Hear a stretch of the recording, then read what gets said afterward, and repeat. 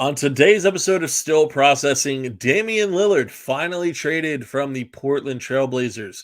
We take a look at the trade details, break down some of the winners and losers, and evaluate the NBA landscape after the fact.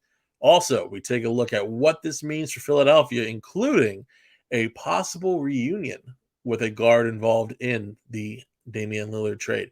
All that and more on today's edition of Still Processing, 76ers podcast.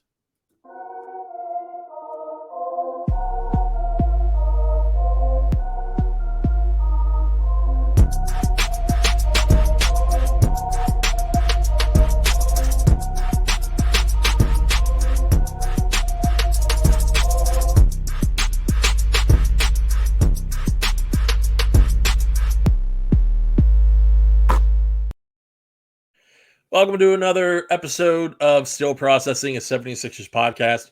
I'm your host, Zach Chiavalella, here with my co-host, Justin Crosby, and our producer, that is producer Andy Quach. How you guys doing today? Yo, man, it finally happened. The log jam is over. Yeah. So I'm just waiting to see what happens now. One of two major offseason trades has finally happened. Damian Lillard, no longer a Portland Trailblazer. Feels very weird to actually say now that it's happened. And he, of course, goes to the Milwaukee Bucks, which is probably wasn't the most highly expected option. I think a lot of people still felt he was going to go to Miami, to the Heat, despite how disinterested Portland was in negotiating with the Heat. But now you're looking at Damian Lillard as a Buck playing there with Giannis, with Chris Middleton, the ageless Brook Lopez, Bobby Portis, and everybody else Milwaukee has to offer. And it's definitely a tight team there. But before we kind of get into all the fallout from all this, let's take a look at the details of the deal. Obviously, Damian Lillard headed to Milwaukee. Portland, in exchange, will be receiving Jrue Holiday, DeAndre Ayton, former number one overall pick of the Phoenix Suns, Toumani Camara, Milwaukee's 2029 unprotected first-round pick, and unprotected swaps with Milwaukee in 28 and 30. So obviously I mentioned Ayton. That means the Phoenix Suns have been involved as well. They will be landing Yusuf Nurkic, Grayson Allen, Nasir Little, and Keon Johnson. Like, when you talk about a blockbuster trade, that's exactly what this is. And the first thing that I really want to know before we kind of take a look a little deeper, Andy, you are our in-house Portland Trailblazers expert, of course, covering the team previously as you did. What is the mood at Portland? What's the feeling? What's your personal feeling on this resolution to the trade saga? So despite losing probably the best player in franchise history, the mood is actually really great right now in Portland. And that's for two reasons. The first one is just relief. This has been an ongoing saga for 2-3 months now. And it looked like for a while there was just no progress and people didn't know what was going on. Was Dame going to show up for training camp? How ugly could this get? Is he going to hold out? Is he going to refuse to play? Is he going to refuse to play for a team that's not Miami if they do get a deal done? So that part of it, just being able to move on and know what the roster is looking like heading into the season, has got to be a huge sense of relief. And we're definitely getting that from the fan base. And then the other thing that's got people jumping for joy right now is pure spite for the Miami Heat. And the Heat went into this offseason coming off a finals run, earned everybody's respect. Jimmy fucking Butler. Doesn't get better than that. But through this saga, it did get pretty annoying, even from someone who wanted to see Dame on the Heat. I love Jimmy Butler. I always thought Dame and Jimmy are synonymous in terms of their mentality and how they approach the game, how they have this belief that it doesn't matter really who's behind them. What matters is what's in front of them. And I always wanted to see them two play together, preferably on the Portland Trailblazers, but I was elated to see that he wanted to go to Miami, and a lot of people may have thought like, oh, they're literally coming off a finals appearance, but it was my genuine belief that no matter where Miami had finished the season, even if they missed the playoffs, he wanted to be there because of the Heat culture, because of how great he would get along with Jimmy, and of course his relationship with Bam. So people are pretty happy. I do think that maybe they should tone it down a smidge. I'm not saying this deal is worse than the Miami deal because it could end up better. Maybe Ayton blossoms outside of Phoenix finally, and the Miami's package for sure wasn't the best out there, which was what was holding it up this whole time. But it's kind of hard to say that objectively they came away with a better deal. It's pretty subjective at this point. It definitely depends on what they can get for Jrue Holiday and if DeAndre Ayton works out. But something I do love in this deal for Portland are those 2 unprotected swap rights in 2028 and 2030. That is 7 and 9 years from now. And as we know, within 5 years in the NBA, you could be going from a championship contender to the bottom of the barrel. So that's something that they can look forward to, regardless of how Ayton turns out, regardless of who's willing to send something good back for Jrue Holiday. But yeah, overall, I think they did get to spite Miami, which is a bonus. I can't say for sure that they objectively made out better than the Miami package. There was a rumor that Miami was including Tyler Hero and 2 first-round picks in their trade for Damian Lillard, which at first reads as pretty disrespectful for a player that made the All-75 anniversary team. But the wording on that was including. So there could have been other things. I think Miami actually could have trumped the package if they included all 7 of their assets, like they said, which included more picks, Caleb Martin, Nikola Jovic, Jaime Jaquez. But it really does depend on how much of that package they were willing to put in there. So if it really was just Tyler Hero and 2 picks, then yeah, they did make out better, but we'll have to wait for the reporting on that. Yeah, I mean, it's kind of a moot point for now. There's going to be several different leaks coming from several different sources, just trying to control the narrative. Based on what I've heard and just my own personal analysis, considering what we know of the Miami Heat, what we know of Pat Riley, I highly doubt they were anywhere near giving up close to those 7 assets, that were previously mentioned. So I think it really was a kind of situation where Riley, to a fault, was comfortable not mortgaging the future for Lillard, which for a lot of teams, I think that's a legitimate concern to have, not mortgaging the future. For Miami, I would not have that same concern if I were in that situation, but to each their own. So when we look at how this affects the league going forward, or I guess even before we get to that, let's kind of break down some of these who finds themselves as a winner or a loser out of this entire deal. I feel that we can say with absolute certainty that Giannis is a winner in this deal. The dude went from talking about leaving Milwaukee potentially to the team immediately adding an all-time NBA talent. We can talk about, I would say, the Blazers as a winner. Looking at DeAndre Ayton, someone who Jake Fisher months ago reported that the Blazers had registered a level of interest in acquiring Ayton. So they finally get their guy. They get draft compensation. They get off of Dame's contract, which for a team that's not ready to compete yet, that's meaningful to them as well. And also whatever they get from Jrue Holiday. Now, we'll talk about what that potentially could be a little bit later on, but the potential for this deal for Portland actually looks pretty good early on. Now, you can't give it, it's not an A. I'm not going to give it an A. I would argue it's an incomplete, but if I'm putting something on it, I would probably call it it's somewhere in the B's. B's, you could possibly convince me to a B plus, depending on what we find out from here. And then we talk about the Phoenix Suns. Yusuf Nurkic has his fans, and he has those that aren't as high on him across the league. That's people in the league, that's fans, that's media, everybody. And the truth could very well lie somewhere in the middle as far as how good of a player he is and what he brings to the table. But it's very clear the Phoenix Suns valued him, And they were able to get not just Yusuf Nurkic, they were able to get Grayson Allen. They were able to get Nasir Little, who I think has been an underutilized player just because he hasn't really had the opportunity for the right role in Portland in the past. So for a team where he can play a designated role in Phoenix, I think it's actually a solid acquisition for them.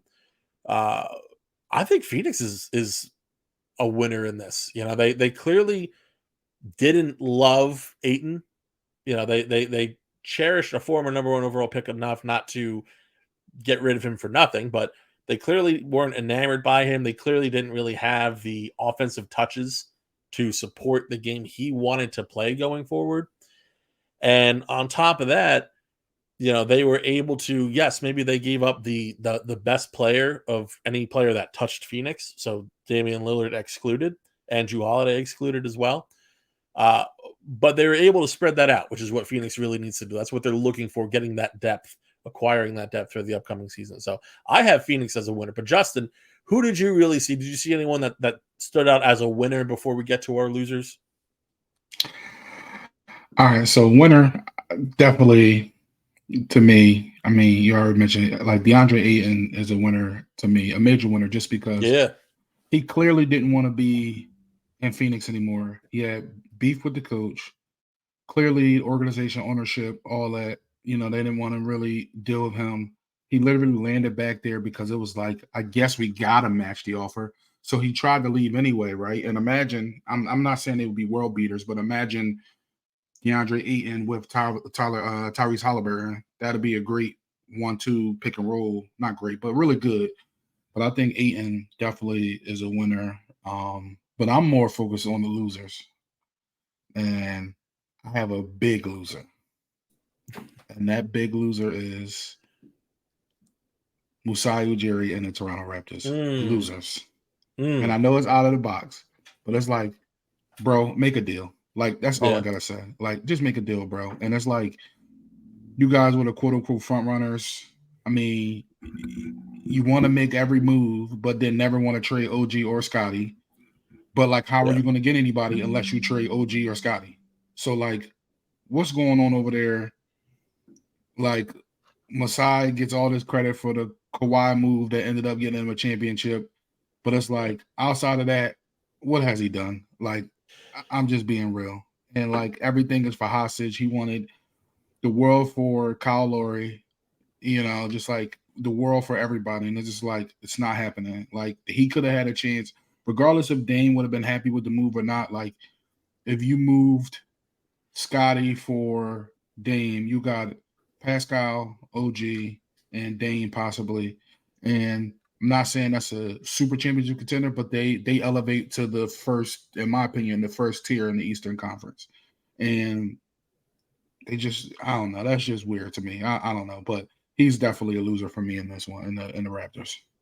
Yeah, I think it's really interesting when you talk about the Raptors, how much of that reporting realistically came out of Toronto, that they were interested, or that Scotty Barnes or OG Anunoby could be the key to a deal. I mean, virtually none. Masai would rather keep that close to the vest, I would imagine, if he is realistically pursuing a trade for Damian Lillard. I don't deny that they were in on Lillard. I would imagine they certainly were. Whether or not they were ever intent on offering Scotty Barnes or OG, I just don't think so. And not that I agree with it, but I just don't think that was ever their intent. I think this was, if we can get him for, whatever spare parts, probably Gary Trent going back to Portland, which I know it wouldn't be what Blazers fans would be dying for. If they can get away with something like that and then matching salary plus picks to land Lillard, I'm sure it would have been something they were interested in. Personally, I probably would have looked into moving Barnes for Dame, but there still remains the fact of, would he, like Kawhi did, get over his initial reservations about playing for Toronto and end up playing ball. So There was a report. I think I saw Mark J. Spears, the first one on this, but that about a week ago, maybe 10 days ago, the Blazers, or rather, I guess it was Lillard's agent who it was, approached about the possibility of going to Milwaukee or Brooklyn. So talks were beginning to involve Milwaukee and Brooklyn. Dame gave his seal of approval for Milwaukee or Brooklyn. And then from there, it was just about making a deal work effectively. And so is that something that we can say about Toronto? I don't know that it is. It could be that Toronto's name was floated out there as well. But for all we know, Dame just didn't want to play there. So the fact of the matter, when we look at it at the end of the day, is that the Raptors did not make the move. They are still stuck in limbo with 2 pending high-priced free agents. It is not the most enviable spot, even though they do have a nice talent pool as well. So I definitely think that's a quality loser there. Andy, who would you say is the loser of this entire situation, other than the Miami Heat? Well, yeah, I was going to say the obvious answer is the Miami Heat for sure. Honestly, I kind of like the deal for everyone involved. Of course, anyone that was close or had the potential to make a deal for Damian Lillard and didn't pull the trigger is going to be a loser, like the Boston Celtics. I don't know. I don't understand the hesitation from them to go all in. I agree more with Zach's side that Toronto probably wasn't a real player for Damian Lillard. I feel like they were just kind of blowing smoke there. Maybe in part to help facilitate a trade for Portland or to continue trying to blow smoke up OG Anunoby's trade value, which is probably dwindling by the second now. He becomes a free agent this summer, so they have to deal him if he's not going to resign, which it doesn't seem like he is. But yeah, I guess I'll say if it's not the Miami Heat, then it's Jimmy Butler. I mean, he's not a young star. He just showed that he is capable of helping to lead a championship team. But if Miami didn't push all the chips if they did push all the chips into the table, then you lost out. But now, not only did you lose out on your plan A, you lost out on your plan B, which was not so secretly Giannis Antetokounmpo, who hinted that he would be willing to ask out of Milwaukee if they didn't build a championship contender around him. And with one move, Miami lost both of their options. And I'm sure we're going to talk about what their plan C is soon. But yeah, I'll just leave it at that. I mean, the loser could be the Portland Trailblazers if DeAndre Ayton stinks, which I kind of think he does.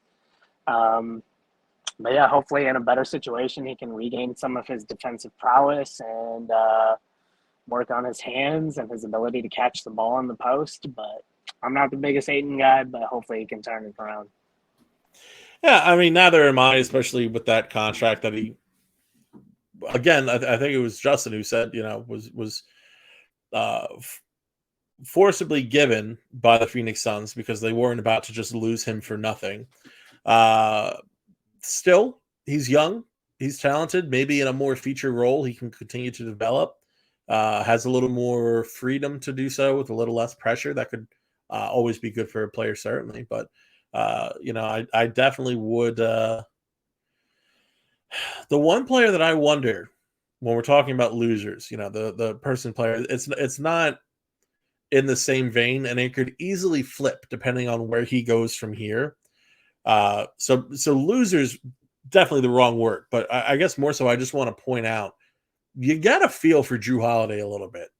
It was not even more than a few days since the quote from Holiday broke about him wanting to retire as yesterday.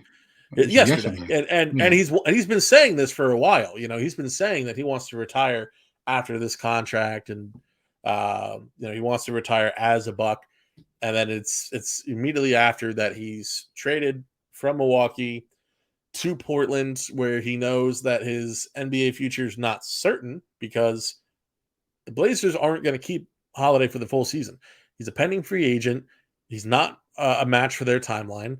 So now he's looking to get shipped out. And again, we'll touch more on this in a little bit, but I think you do have to feel for Holiday in the situation where, he's leaving not only his home, the team he's been with for years, the team he won a championship with, and also now potentially the top contender in the league, let alone the Eastern Conference. But now he faces this period of uncertainty as well. But moving from Holiday on to his former team, as I said, the Bucks could very well be the team to beat in the NBA as a whole. Now, the Denver Nuggets are still the favorite for a lot of people, just based off of the fact that they have Nikola Jokic and a great system around him. Obviously, they did go through their losses. Bruce Brown is no longer there. He's now in Indiana. However, what are we thinking have the Bucks done enough, I guess I should say, to make themselves the team to beat? Are they outpacing Phoenix? Are they outpacing Denver? Are they outpacing Boston? What stage are they at? Are they officially done, or do they need to make one or two more acquisitions before they win that favorite title? I personally think that they should definitely be the favorite coming out the East. I know the Celtics have been. I mean, they've both been neck and neck on final appearance or Eastern Conference final appearance, stuff like that. But I definitely think they do need, of course, a little bit more depth. I do think their backcourt of Dame and Pat Connaughton, who will probably be the other starter right now, is not good defensively at all. But you do have Giannis and you do have Brook Lopez back there, which will definitely help defensively. I don't think Middleton's as much of a defensive presence as he used to be. But I do think they deserve. I mean, Dame and Giannis being on the same roster, that's just crazy. So I do think they've earned the right. Well, not earned because they haven't played yet, but I do think right now going into the season they should be the favorites. However, as we know, that doesn't matter. When you come on the court, you got to play. They got to find the chemistry. They got to find what's right, and go from there. I do think that when you look at the Western Conference, Phoenix, of course, crazy. But again, they got to figure that out too. The only known really is Denver. And, Denver clearly shows that they do have talent. They do have the connections and stuff like that together to make a deep run. So, do I think they're the favorite overall? I'm not sure to say that yet, but are they the favorite in the Eastern Conference? I think definitely. Yeah, a lot has changed just in this one move from Milwaukee. Obviously, the addition of Damian Lillard is huge. I think that it's not brave to say that he was the best player involved in the trade. I think that's fairly obvious, actually. The one thing that I would say about Milwaukee, and this isn't the Bucks are worse because they traded Jrue Holiday for Damian Lillard. It's not that at all. The only thing is that they're going to have to replace that depth somehow. So before the trade, they were a little bit light on the guard side. Obviously, they had Holiday, they had Allen, both of which no longer on the team. So now you're looking at Malik Beasley likely moving up, or Pat Connaughton possibly to the starting lineup. Damian Lillard obviously replaces Jrue Holiday, and that is huge. But they still have a need behind Lillard at the point. They still have a need for another either combo guard or even a wing if they prefer. Really just an option, because unless Marjon Beauchamp makes another leap or makes a leap rather in year two, they're going to be stuck between a rock and a hard place as far as depth throughout an 82-game season, and frankly, one injury away from a worrisome situation at the guard spot. And then on top of that, they really don't have any great current defensive options at guard, unless Andre Jackson Jr., just hits the ground running, which you never know. I liked him a lot coming out of college out of UConn, so who knows what could happen with that. But I think that they still are probably a move or two away from the NBA title favorite. However, I do agree in the Eastern Conference, I'm not a huge believer in the Kristaps Porzingis addition in Boston. The Sixers obviously have taken a step back as of this point in time. Miami has not progressed as they expected to this offseason by missing out on Dame more than anything else, obviously. So I do think the Bucks should be the favorites in the East. They were the number one seed last year. and looks like they've gotten better overall. It's just, can the team hold up? Can they make one or two more small additions? And at that point, they may seal up the title favorites for the entire NBA. But you're also right. They do have to play together first. So when we look now at what this means for Philadelphia, the first question is, well, with Damian Lillard off the table, what happens with James Harden? Damian Lillard was the big domino that the league was waiting to fall, and Harden's the very next domino. So what exactly is going to happen with Harden? Does this move the timeline up? What are the options? And is it possible that the options could tie in with this deal as well? So I've seen this reported from a number of different sources. Kyle Neubeck was the first I saw, but ESPN has doubled down on it. Jake Fisher just doubled down on it. But the Sixers are interested in reuniting with Jrue Holiday. So that now becomes, is Jrue Holiday the best combination of talent and availability that you can acquire this offseason or early in the season? So, Andy, I guess I'd start with you. What would you hope to see Portland get out of a Jrue Holiday trade? I mean, that's the big separator between the package they actually got versus the proposed Miami package, is that whatever they can flip Jrue Holiday for has to be better than what they would have been able to flip Tyler Hero for. Because the rest of the pieces are kind of a push. If you're looking at 3 unprotected first-round picks from Miami versus DeAndre Ayton and 1 first-round pick and 2 pick swaps, then I would say those are even. If anything, it kind of leans more in Miami's favor. So what you're looking at is getting more than what Tyler Hero would have netted you. And I don't really have confidence that they're going to get that because, I mean, it's been out there that Jrue plans to retire after this contract. So this is basically his last year, and he wanted to do it in Milwaukee. So maybe he'll just there could be a chance he just does it now, right? I mean, that's not implausible.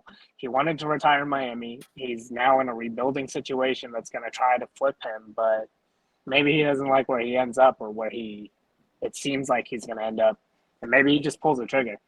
But yeah, I would say they're going to look for a late first or better. So maybe a late first and maybe a kind of promising young prospect a la Jaden Springer. I think that could be a realistic deal. Just lottery protected first and Jaden Springer. I think that's really all you can hope to get for someone with 1 year left on their deal owed after this next season and threatening to retire. Yeah, as far as the retirement possibility, and him retiring this year, I would imagine, even though these things tend to move fast, that was discussed somewhere along the way before Portland agreed to this deal that included Jrue Holiday. Can Holiday's spirit change? Absolutely. That is a decision that's solely with the player if they decide to retire. We've seen dramatic change lead to player retirements before. So I'd say you definitely have to worry about it, although, or consider it, I should say, but maybe we're not at the worry stage yet. The one thing I will say is that Jrue Holiday is at the very top of the family men in the NBA. His wife, Lauren Holiday, obviously incredibly talented soccer player, played for the U.S. women's national team many times. I believe, if I'm not mistaken, that she has since retired. And so to be able to retire as a big, happy family, just from all that I've seen from the Holiday family, would mean a lot to everybody involved. So again, it is a possibility, but I don't know that it's a likelihood yet. And when we talk about the types of teams that are going to be looking for Holiday, we're looking at contenders, obviously. So some people have connected the Boston Celtics. I don't think so, based on the years left on Brogdon's contract, the injury history, the lack of interest around the league, the lack of unless they were to combine him and Horford, which losing Horford would be a severe loss for the Celtics as well. It's just not the most sensible fit. You could be talking about teams like the New York Knicks. The Brooklyn Nets maybe don't make so much sense. The Miami Heat, however, I think are a perfect fit for Jrue Holiday, as are the Philadelphia 76ers. And we've just looked at teams in the Eastern Conference. Then you talk about teams like the LA Clippers, the Los Angeles Lakers, if this takes a while and they're able to eventually trade some of their recently signed players. There are other teams that could really benefit from a Jrue Holiday trade. So I think there will be something of a bidding war. The one, I guess, saving grace you could say is that when you look at picks the Sixers can trade, first round picks, let's take, for instance, you're looking at the 2029 first round pick. If you look at the landscape of the Sixers and the projected direction of their franchise, and there's a lot of different ways that could split, but looking at the majority of them, come 2029, that could be a very attractive draft pick. And so if you were to have, it's not going to come unprotected. It's so rare that teams will trade unprotected picks that far out when they have no other draft picks, unless they're getting a true superstar, which, as talented as Holiday is, he is not quite that. However, it is going to be solid enough value where you could be looking at a situation that they could outbid other teams based almost pretty much on that fact alone. The question then becomes, what do we do in terms of salary matching? And the two obvious options are either Tobias Harris or James Harden. Now, with James Harden, it gets really complicated because the NBA does have their trade restriction rules around retrading players. So while Holiday can be traded before the typical 60 days are up, he cannot be traded in aggregation with another player or pick out of Portland. So this is where it gets kind of complicated, but that's Daryl Morey's job, is to figure out a situation like this. But I guess the question I would pose to Justin is, Justin, would you prefer either option A, landing Jrue Holiday in some sort of 3, possibly 4-team trade where James Harden is the primary asset leaving Philadelphia, or would you prefer to potentially acquire him by moving Tobias Harris and draft compensation? What would you, and then James Harden, you get whatever you can for him to fill in what you lose for Tobias. What would your preferred avenue be?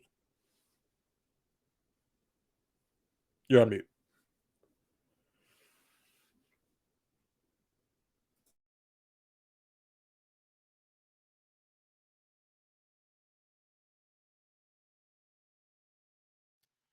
Can you hear me now? All right, my bad. I don't know what was happening with my mute button. But yeah, so I would prefer option A for sure. I just think that like a nice multi-team deal to, move Harden and get Jrue back, I think it will work. I think Tobias, you got to hold on to him, his contract. I think because I don't think Harden's coming back at all. I think that ship has sailed, and you can do some multi-team deal to get Jrue out of this. You still keep Tobias, and then you still have that money coming off the books next year to try to get another guy for max cap space. I think that makes more sense financially and for the future of the team. But yeah, I think you got to hold on to Tobias right now, and I don't think James is coming back. So at this point, if you can move him for Holiday, it's not a 1-for-1. But if you can make a 3-team deal or something like that happen, I think you got to go that route. That way you move off of James and his club appearances with signs that say Daryl Morey is a liar as he pops bottles. It's not going to get any better. So if you can move on from him, and Jake Fisher had outlined in his piece that he just dropped, that there is a potential framework where, the Clippers could get what they want, everybody can get what they want, and Portland could possibly end up with 2 late protected picks, and that would be a good outcome for everybody. So we'll see what happens. Yeah, I mean, if you're talking about, and in that piece that you're referring to from Fisher, the idea of 2 draft picks, like you said, 1 from each team, if both picks are then going to Portland, I would hope the protection would be slightly higher. Like, say, if you're negotiating a deal where you're trading Tobias Harris, for instance, probably a lightly protected 2029 first would be the linchpin of the assets leaving Philadelphia, because again, they can flip Harris at the deadline, and Harris's contract at the deadline for a team that wants to trade him is going to be another lucrative asset. Whereas with the Harden trade, I would hope the protections, like you said, Justin, could be stacked up a little bit more. Even if it's top 10 protected, I would hope lottery protected, but even top 10 protected. 2 first-round picks for Jrue Holiday. That sounds great, Andy. That sounds like an offer that could beat the Miami offer that may or may not have been proposed.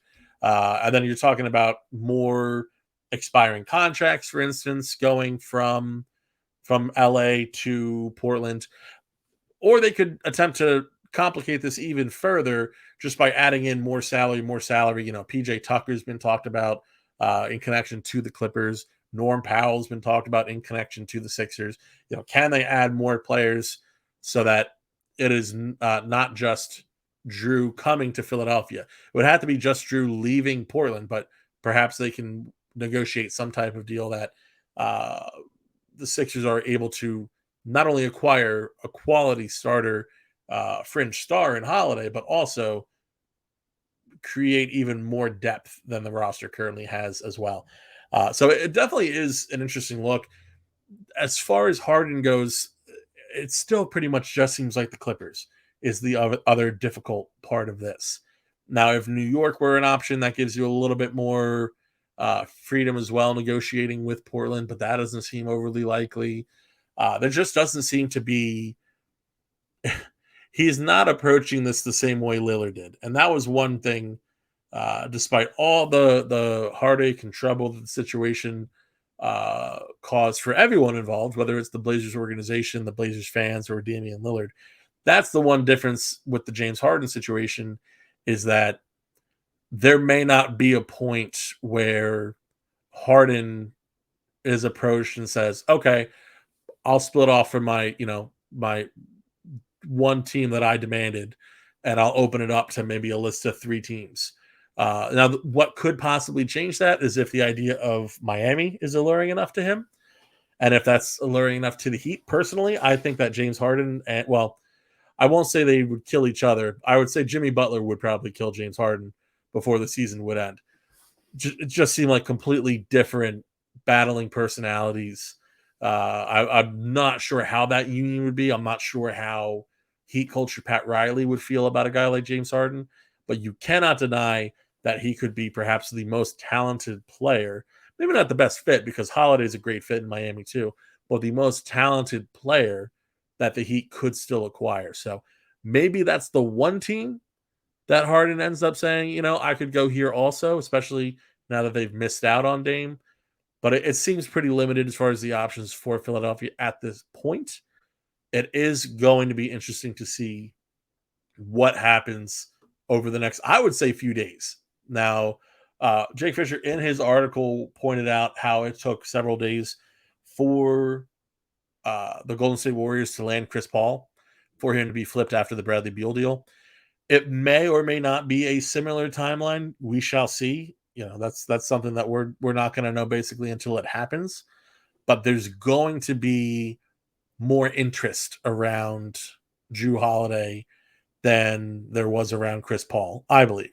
There likely won't be around James Harden, but if this motivates Daryl Morey to negotiate, in a little bit of a lighter fashion with the Clippers, be a little more flexible, a little more giving to the Clippers, if it can land him a player like Jrue Holiday, maybe that's another potential avenue that the Sixers do find themselves down. But whatever is going to happen, it's definitely going to be interesting. We finally have reached the interesting part of the offseason for the Sixers. Who knows what's going to happen from here? We are just a few days away from media day, from training camp. This could even happen this weekend. It's kind of, you always have to be on alert, is the stage that we're currently at. And as soon as there is an update to give, that we here at Philly Sports Network and with the Still Processing podcast will give it to you. I know that it is a lot to deal with, working on the trade machine all the time, looking at all the different avenues, waiting for James Harden to be traded. Is Tyrese Maxey going to be traded? Damian Lillard was traded in Milwaukee. Looks like Tyrese Maxey is in fact staying. It's a lot to deal with.